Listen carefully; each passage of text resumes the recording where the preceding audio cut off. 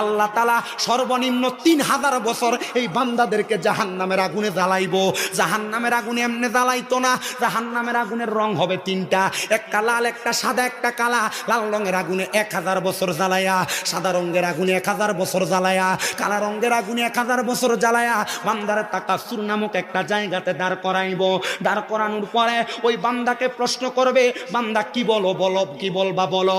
ওরে বন্ধু, আপনি কোন অন্যায় করলে কেউ যদি মাত্র 3টা বেতের বাড়ি দিয়ে আপনি আপনার অন্যায়ের কথা স্বীকার করবেন, তখন তো বান্দা মাফ চাওয়ার কথা, আল্লাহ আমারে মাফ করে দাও। বান্দা তখন মাফ চাইবে না, বান্দা 3বার বলবে পানি পানি পানি। এই ময়ে ময়ে 3বার শব্দটা ব্যবহার কইরা বান্দার জবান দিয়া যখন বের করবে, ওই বান্দাটা তখন এই চিৎকারের সাথে পানির কথা বলবে। আমার নবী যখন এই কথা বলে, নবীজির মসজিদে নববীর মধ্যে আমার নবীজির 70 মতান্তরে 72 জন আহলে সুফার সদস্যরা বসে আছেন।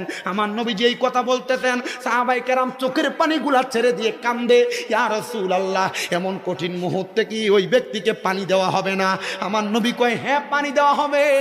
ও বাবা, দুনিয়ার মিনারেল ওয়াটারের মতো পানি না, ওই জাহান্নামের মধ্যে যেই পানিটা দেওয়া হবে, ওই পানির হাদিসের ভাষায় কয় তিনাতুল খাবাল। ওই তিনাতুল খাবাল কেমনে দিব জানো?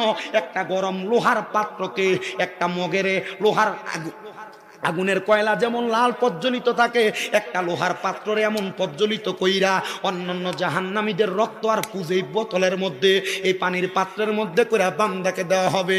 নবীজি, তারা কি এই পানিটা পান করবে? বলে হ্যাঁ পান করবে। নবী গো, তারা কেমনে পান করবে?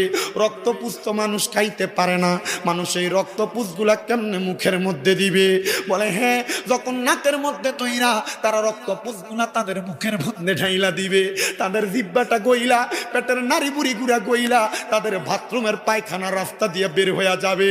ও মুসলমান, নামাজ ছাইরা দাও তোমার বিষয়, রোজা ছাইরা দাও তোমার বিষয়, ইবাদত ছাইরা দাও তোমার বিষয়, হারাম খাও তোমার বিষয়। কবরে গেলে যদি এই শাস্তিগুলা মরণ থেকে ভোগ করতে পারো তোমার ব্যাপার।